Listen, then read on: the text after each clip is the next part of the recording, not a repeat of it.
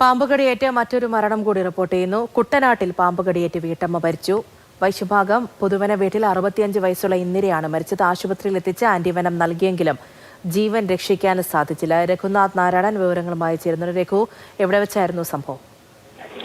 പൂജ, തുടർച്ചയായ രണ്ടാം ദിവസമാണ് ആലപ്പുഴയിൽ പാമ്പുകടിയേറ്റ് മരണം ഉണ്ടാകുന്നത്. ഇന്ന് കുട്ടനാട്ടിൽ വൈകുന്നേരം 5 മണിയോടുകൂടിയാണ് ഇന്ദിരയ്ക്ക് പാമ്പുകടിയേറ്റത്. വീടിന്റെ സമീപത്തെ ശുചിമുറിയിൽ വെച്ചാണ് പാമ്പുകടിയേറ്റത്. മൂർഖനാണെന്ന് കാണുകയും തിരിച്ചറിയുകയും വേഗത്തിൽ തന്നെ അവിടെ നിന്ന് വണ്ടാനം മെഡിക്കൽ കോളേജ് ആശുപത്രിയിലേക്ക് കൊണ്ടുപോവുകയും ചെയ്തു. അവിടെ ആന്റിവെനം ഉൾപ്പെടെയുള്ള ചികിത്സ നൽകി. പക്ഷേ 10 മണിയോടുകൂടി മരണം സ്ഥിരീകരിക്കുകയായിരുന്നു.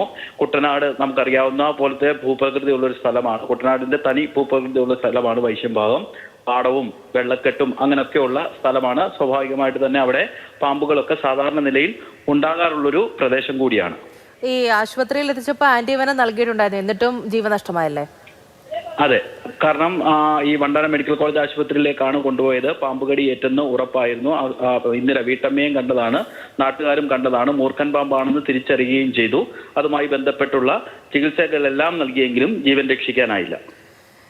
ശരി, രഘുനാഥ് നാരായണനാണ് വിവരങ്ങൾ നൽകിയത്. തുടർച്ചയായ രണ്ടാമത്തെ ദിവസമാണ് ആലപ്പുഴയിൽ നിന്നും ഇങ്ങനൊരു സംഭവം റിപ്പോർട്ട് ചെയ്യുന്നത്. ഇപ്പോൾ കുട്ടനാട്ടിലാണ്. വൈശംഭാഗം പുതുവന വീട്ടിൽ രഘുവിന്റെ ഭാര്യ ഇന്ദിരയാണ് മരിച്ചത്. 65 വയസ്സായിരുന്നു. വൈകിട്ട് 5 മണിയോടെ വീടിനോട് ചേർന്നുള്ള ശുചിമുറിക്ക് മുന്നിൽ വെച്ചാണ് മൂർഖൻ പാമ്പിന്റെ കടിയേറ്റത്.